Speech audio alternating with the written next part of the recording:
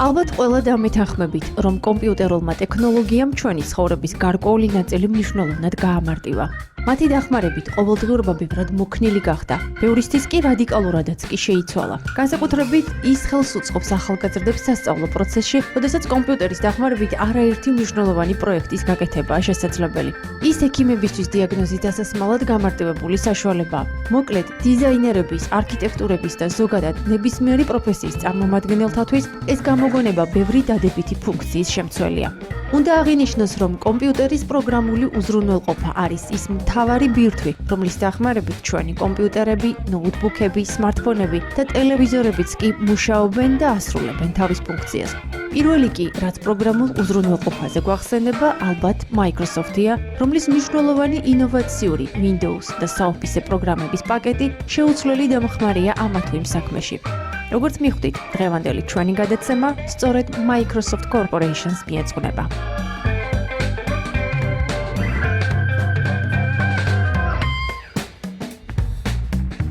ამერიკული მულტინაციონალური ტექნოლოგიური კორპორაცია კომპიუტერულ პროგრამულ უზრუნველყოფას, სამომხმარებლო ელექტრონიკას, პერსონალურ კომპიუტერებს და მათთან დაკავშირებულ სერვისებს აწარმოებს, რომლის სათავო ოფისი Microsoft Random Corpus-ში, ვაშინგტონში მდებარეობს.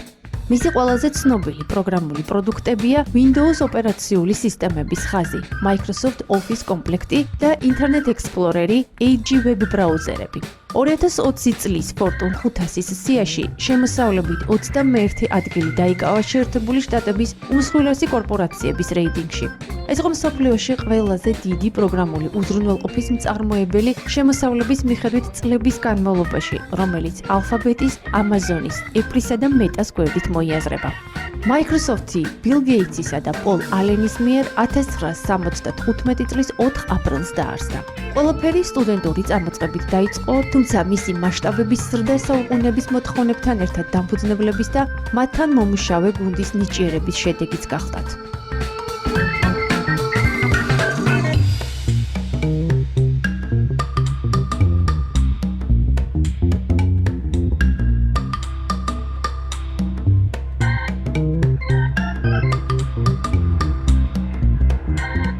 ფერიკიდან დაიწყო, რომ Altair 8800-ისთვის ბაზიკის გაუმჯობესებული ენა უნდა დაეწერათ, რაზეც 3 კვირის განმავლობაში იმუშავეს. რაც შემდეგ პერსონალური კომპიუტერების ოპერაციული სისტემების ბაზარზე 1980-იანი წლების შუა პერიოდში დომინანტი გახდა, რასაც მოჰყვა Windows-ი. წინა საუკუნის 90-იანი წლებიდან მოყოლებული ის უფრო მეტად დივერსიფიცირებული ოპერაციული სისტემების ბაზრიდან და ახორციელებს შესყიდვას, რომელთაგან ყველაზე დიდი LinkedIn-ის შეძენა იყო 26.2 მილიარდ ამერიკულ დოლარად 2016 წლის დეკემბერში, რასაც მოჰყვა მათ მიერ Sky Technologies შეძენა 8.5 მილიარდ ამერიკულ დოლარად.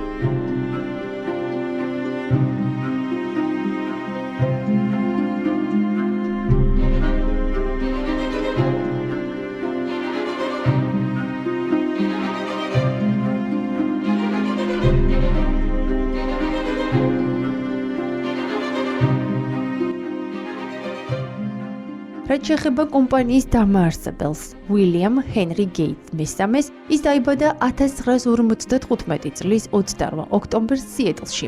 არის William Henry Gates-ი უფროსის და Mary Maxwell Gates-ის ვაჟი.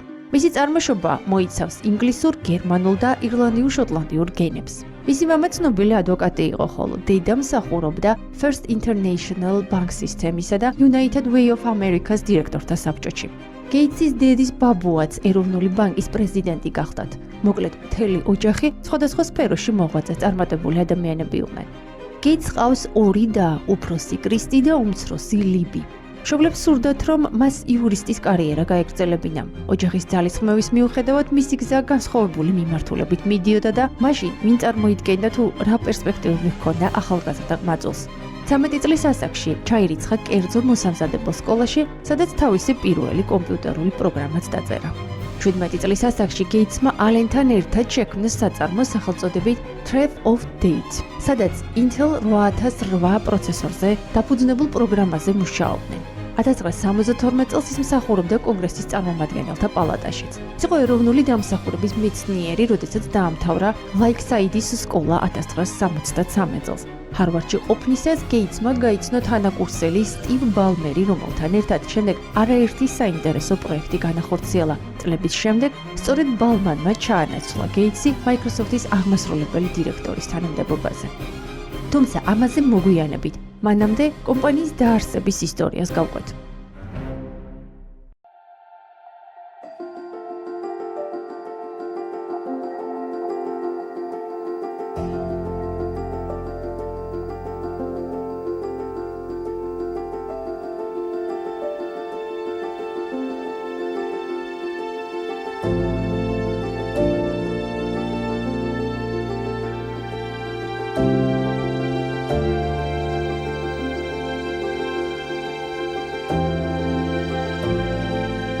მეგობრების ერთობლივმა ძიებამ კომპიუტერულ სისტემაში საბოლოოდ მიიყვანა იმ ზემოთხსენებულ შეკვეთამდე, როდესაც მათ მხოლოდ 3 კვირა ჰქონდათ კონკრეტული პროგრამის შესაქმნელად. დაიდო კონტრაქტი და გამოიყოთ შესაბამისი სამუშაო სივრცეც.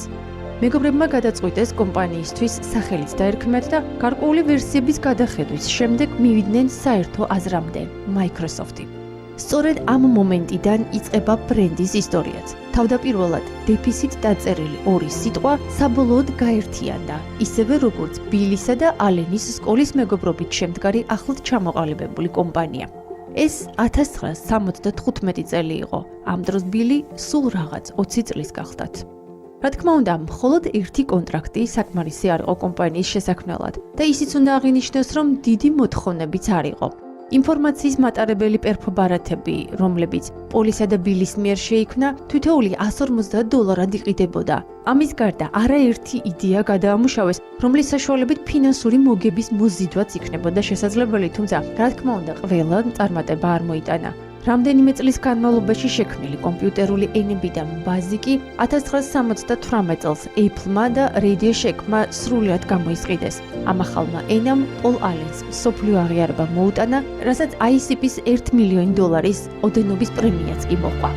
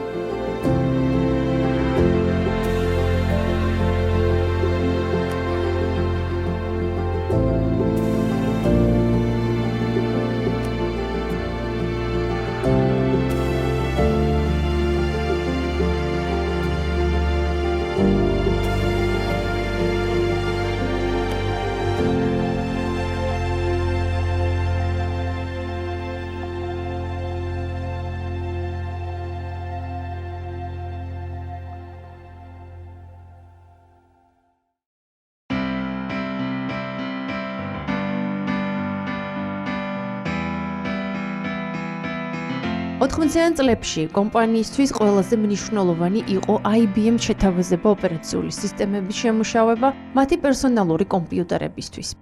ამ დავალებაზე მუშაობა წარმატებით დასრულდა და ძალიან მალე პერსონალურ კომპიუტერებში ბრენდის მიერ შექმნილი პროგრამა დაინერგა. სამივე პროგრამისტის მიერ შექმნილი პროგრამის დამსახურებით და კონტრაქტით, რომელიც თითოეული გაყიდული კომპიუტერიდან პროცენტის დარიცხვას გულისხმობდა დამფუძნებლებისთვის, საკმაოდ მალე სამივემ $1 მილიონი ქონება დააგროვა. 1982 წლის გაზაფხულზე ახალი პროგრამა BW გრაფიკის შეიმუშავეს, რომელიც გრაფიკის ხელშეწყობისთვის იყო და სულ რაღაც წელიწადნახევარში დაახლოებით 50-მდე კომპანიამ შეიძინა აღნიშნული პროგრამა. ეს რა თქმა უნდა მათთვის წარმატება იყო, თუმცა ამაზე გაჩერებას არ აპირებდნენ. ბილის პროპაგანდირებითა და მარკეტინგული ხერხებით მისი პროგრამების შეთავაზების მასშტაბები წლიდან წლამდე იზრდებოდა.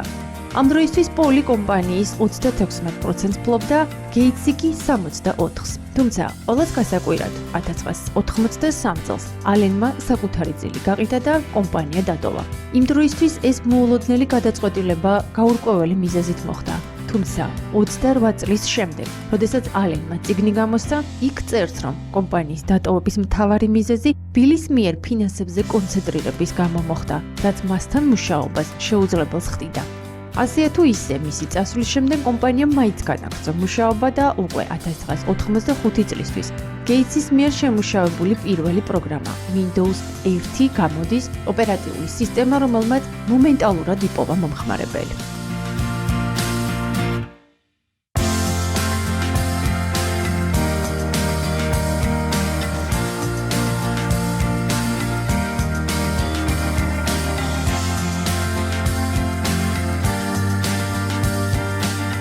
ერთ წელიწადში კომპანიის აქციების ღირებულება გაორმაგდა $21-მდე, რამაც რა თქმა უნდა, სუყე მოგებაც მოუდანა კომპანიას. მალევე გამოუშვა Windows 2-იც, რომელსაც Excel-ისა და PowerPoint-ის განახლებული ვერსია ჰქონდა. გაყიდული კომპიუტერების რაოდენობა დღითიდღე იზრდებოდა, ისინი მილიარდობით ადამიანის ცხოვრების შემადგენელი ნაწილი გახდა.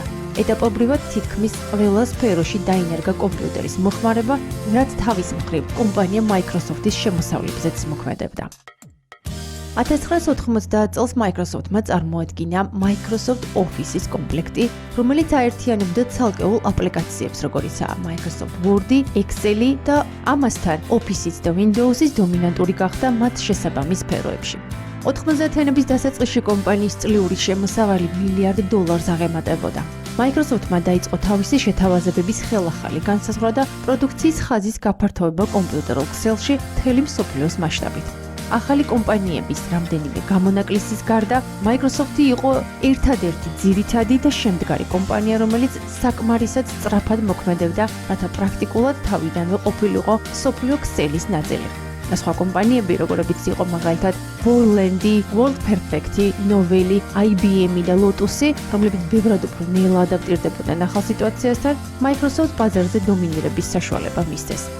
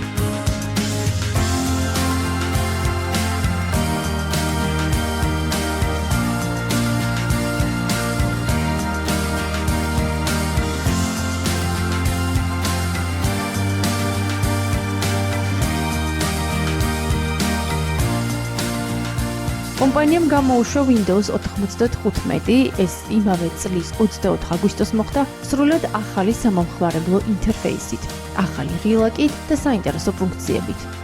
1996 წელს კი ბაზარზე Microsoft-მა General Electronics-ის MBC განყოფილება შექმნა 24/7-ზე საკაბელო ახალი ამბების არხი. Microsoft-მა ასევე შექმნა Windows CE1, ახალი ოპერაციული სისტემა დაბალი მეხსიერების და სხვა შეზღუდვების მქონე მოწყობილობებისთვის. 1997 წლის ოქტომბერში იუსტიციის დეპარტამენტმა მიმართა ფედერალურ რაიონულ სასამართლოს, რომელშიც ნათქვამია, რომ Microsoft-მა დაარღვია 94 წლის შეთანხმება და სასამართლოს თხოვდა შეეჩერებინა Internet Explorer-ის შეფუთვა Windows-თან.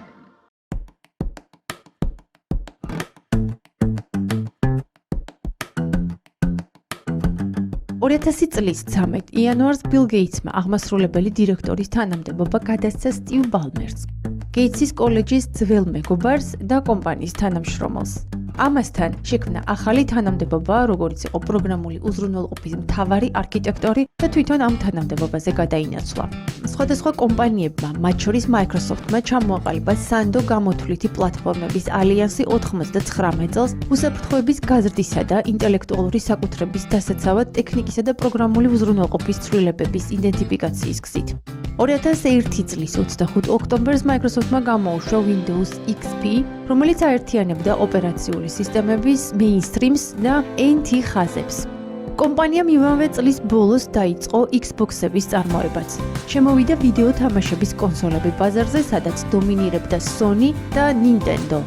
2004 წლის მარტში ევროკავშირმა წამოაყენა ანტიმონოპოლიური სამართლებრივი სარჩელი 497 მილიონ ევროზე, რაც 613 მილიონი ამერიკული დოლარი იყო. კომპანიის წინააღმდეგ მოტივით, რომ მან ბოროტად გამოიყენა თავისი დომინირება Windows OS-თან, რის შედეგადაც მოითხოვა Microsoft-ს შეექმნა Windows XP-ს ახალი ვერსიები.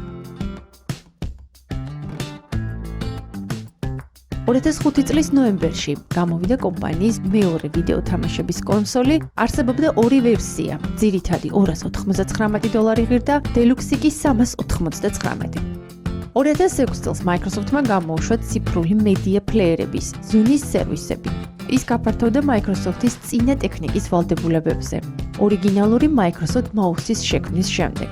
2007 წლიდან კომპანიამ ყველაზე გაყიდვადი სადენიანი კლავიატურა გამოუშვა, შემდგომ მაუსი და ლაივ კამერა, რომელთა გაყიდვები ამერიკის შეერთებულ შტატებში ყველაზე მაღალი იყო. იმ წელს კომპანიამ ასევე გამოუშვა Surface-ი, რომელსაც მოგვიანებით Pixel Sense-ი დაარქვეს. 2007 წლის იანვარში Windows-ის შემდეგი ვერსია Vista ფოკუსირებული იყო ფუნქციებზე, უსაფრთხოებაზე და მომხმარებლის განახლებულ ინტერფეისზე სახელწოდებით Aero. Microsoft Office 2007 გამოშვებული იმავე წელს გამოირჩეოდა მომხმარებლის ინტერფეისით, რომელიც მნიშვნელოვნად განსხვავდებოდა მისი წინამორბედისგან. ძველმა გაყიდვებმა ხელი შეუწყო რეკორდულ მოგებას 2007 წელს.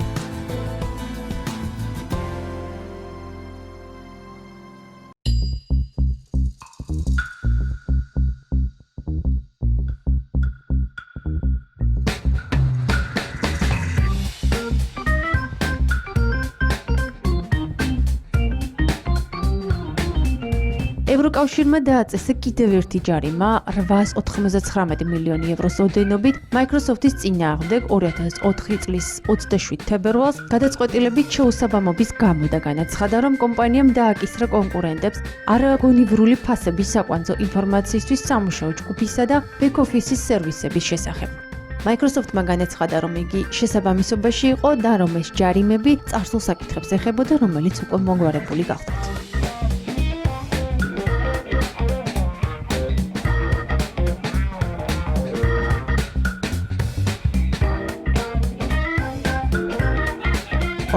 წელს Microsoft-მა ასევე შექმნა მრავალბირთვიანი ერთეული სერვერული კომპანიის ნაბიჯების შემდეგ, როგორიცაა Sun და IBM-ი. 2008 წლის 27 ივნისს Gates-ი პროგრამული უზრუნველყოფის მთავარი არქიტექტორის თანამდებობიდანაც გადადგა, გადაწყვეტილება 2006 წლის ივნისში უკვე გამოცხადებული ჰქონდა. თუმცა კომპანიასთან დაკავშირებული სხვა პოზიციები შეინარჩუნა იმ კუთხით, რომ ყველა სიახლე, რომელსაც კომპანია აწარმოებდა, ის დღემდე აკონტროლებს. 2009 წლის 12 თებერვალს Microsoft-მა გამოაცხადა თავისი განზრახვა, გაიხსნა Microsoft-ის ბრენდირებული საცალო მაღაზიების ქსელი და პირველი საცალო Microsoft Store Scottsdale-ში გაიხსნა. იმავე დღეს ოფიციალურად გამოვიდა Windows 7-იც. მასში ყურადღება გამახვილდა Vista-ს დახვეწილობაზე, მარტივი გამოყენების ფუნქციებითა და შესრულების გაუმჯობესებით. 2010 წელს კომპანიამ განაახლა თავისი მოძველებული ფლაგმანი მობილური ოპერატიული სისტემა Windows Mobile ჩაანაცვლა იგი ახალი Windows Phone OS-ით, რომელიც გამოვიდა იმავე წლის ოქტომბერში. მან გამოიყენა მომხმარებლის ინტერფეისის დიზაინის ახალი ენა, კოდური სახელწოდებით Metro, რომელიც აშკარად იყენებდა მარტივ ფორმებს, მინიმალიზმის კონცეფციის გამოყენებით.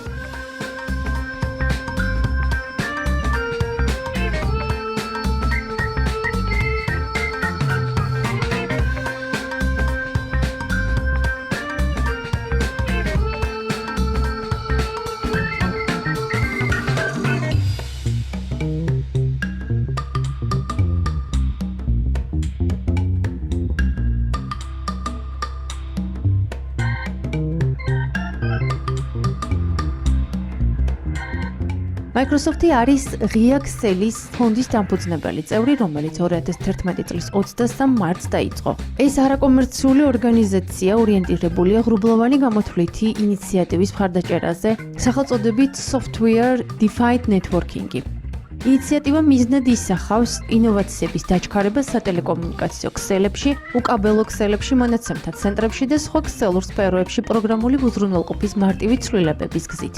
2015 წლის მონაცემებით Microsoft-ი ბაზარზე დომინანტია IBM თავსებადი ოპერატიული სისტემების ბაზარზე და Surface პროგრამული უზრუნველყოფის კომპლექტის თვალსაზრისით, თუმცა მან დაკარგა ოპერატიული სისტემების მთლიანი ბაზრის უმეტესი წილი Android-თან შედარებით. კომპანია ასევე აწარმოებს სხვა სამომხმარებლო და საწარმოს პროგრამული უზრუნველყოფის ფართო სპექტრს კომპიუტერებისთვის.